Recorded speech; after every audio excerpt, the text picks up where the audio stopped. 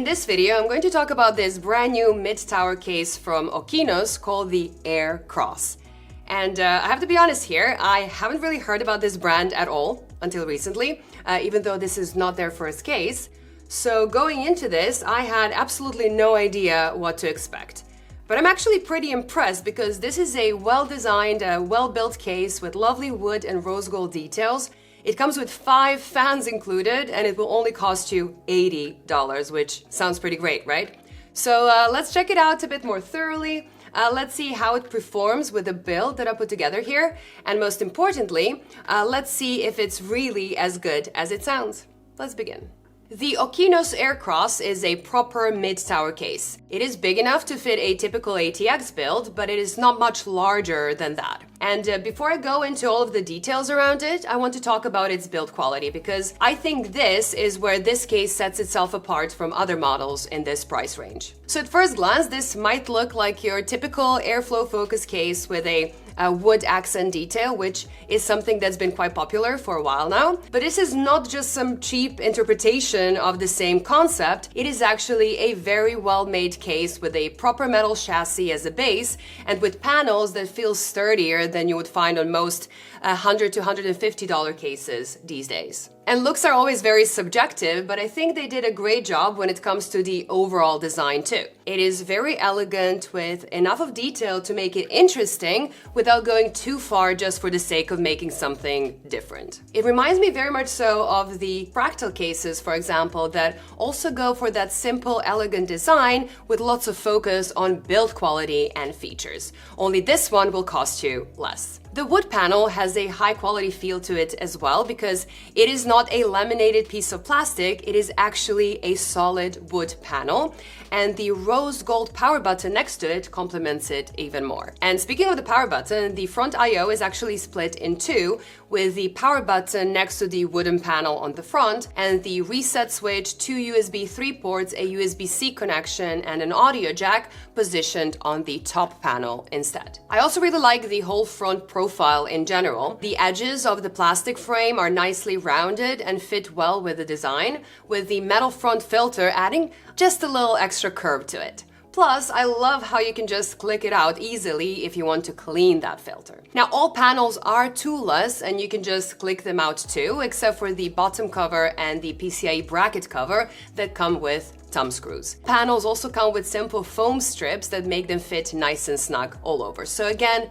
great attention to build quality. Internally, the Air Cross is excellent as well, with a pretty interesting layout because they move the power supply to the front, making space for 2 120mm intake fans to add a bit more airflow to the GPU. And to deal with that power supply in the front, they added an extension cable, so all PC cables remain on the back of the case. And I also like that they rotated the positioning of the power supply too, so all the connections are easily reachable from the back, which is pretty clever in my opinion. But you need to make sure you don't go for the Corsair Shift power supply, for example, that has its connection on the side already, because they will be blocked in this case. You can fit CPU coolers up to 180mm of height, which is pretty much all of them, and GPUs up to 400mm in length, which is again pretty much all of them. You do get 2 GPU holders with the case that are simple but work really well, which is something that you don't usually get with sub $100 cases, but something that is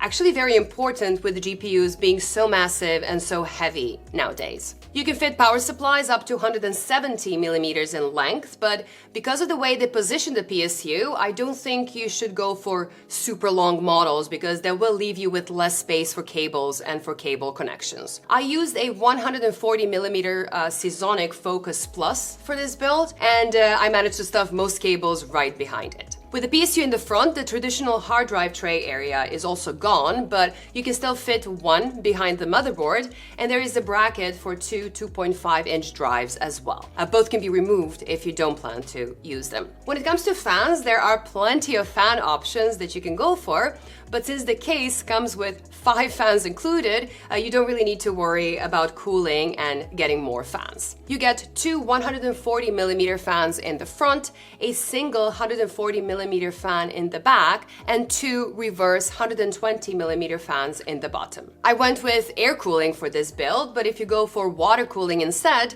you will be able to fit a 280 or a 360mm radiator in the top. Since this is a very elegant non-RGB case, I wanted to make a build that fits that aesthetic as well. So something that is powerful enough for gaming, but also something that can fit in a nice clean office and that you can use for work too. So I went for the Ryzen 9 9950 X3D combined with the Asus ProArt X870E motherboard, a lovely black Noctua NH-U12A CPU cooler, and the ProArt RTX 5080 graphics card, which works perfectly with any black case that has a dark wood detail. For memory, I use these 32GB G-Skill modules, and for storage, I added a 4TB Samsung 990 Pro SSD. And as I mentioned earlier, to power it all up, I used a 1000 watt Seasonic Focus Plus power supply. And as a result, we got a very nice, very sleek looking workstation slash gaming machine. I do have to say it was extremely easy to build this whole system because the case is not huge,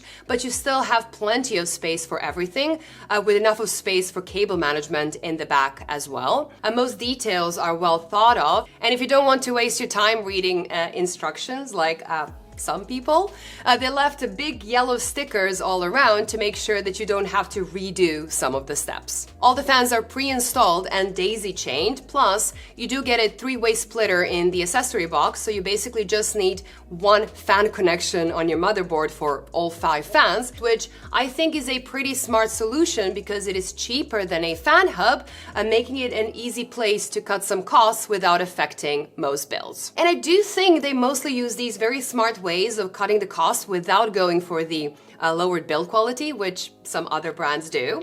And even though most of the case feels like it's done way above its price point, there are some areas that I felt could be a bit better. So the power button on the front looks great, but unfortunately, I do think it feels a bit cheap. I don't know what kind of a switch they used for it, but it doesn't have a nice click to it, and it is very sluggish and very stiff. Plus, it only works properly if you use the top half. If you click on the bottom half, it actually gets stuck a little bit. While the reset button on the top panel is absolutely perfect. It is quick, it is clicky, and it just feels like how it is supposed to be, which makes the power button feel even worse in comparison. So if this was my PC, I would probably just connect it differently on the motherboard and actually use the reset button as the power button instead.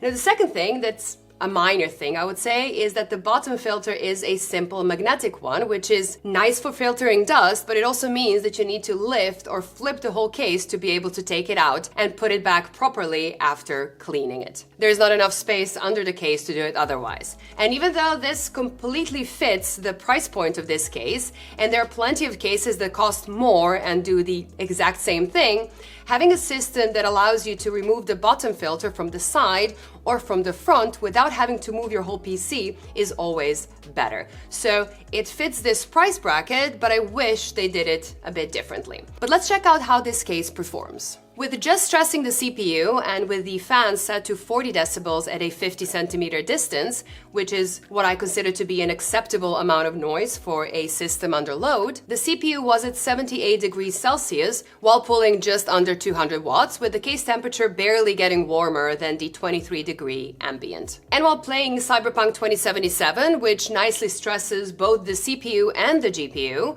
the thermals look great as well. The CPU was at 72 degrees Celsius while pulling around 130 watts. The GPU was at 67 degrees while pulling 343 watts on average, and with the GPU memory at 72 degrees Celsius. To me, an internal temperature of 40 degrees Celsius is a nice target maximum for system under load, and the air cross here was closer to 30 degrees, so that is an excellent result for CPU, GPU, and overall system cooling. If I look at the prices in the US, this case is listed for $80 on Amazon, and right now you can even get a coupon to get another 10% off, which is a great deal.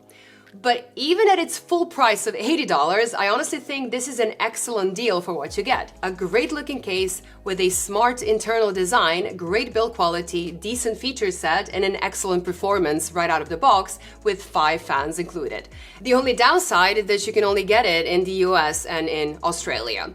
Now, they are working on availability in Europe and other regions, but there is no indication on when will that happen or how much they will cost there, which is really unfortunate because I really have a feeling that it could be very successful in competing with much bigger brands on the market. So if you're not in Australia or in the US, you will have to wait a bit longer to get your hands on one of these.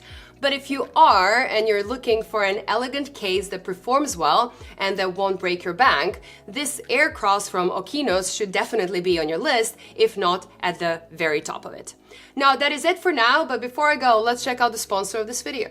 This video is brought to you by Seasonic and their new Focus GX power supplies. These new mid-range power supplies are pretty affordable, but they still come with all the features you would expect to see on a proper high-end power supply. They are fully modular, they are very efficient and very quiet due to their fan design, plus they come with a hybrid fan mode that stops the fans completely under 30% load. You get a variety of connections for any kind of system you have in mind, and as usual, Seasonic backs it all up with a nice and cozy 10-year-long warranty. Check it out using the links in the description below.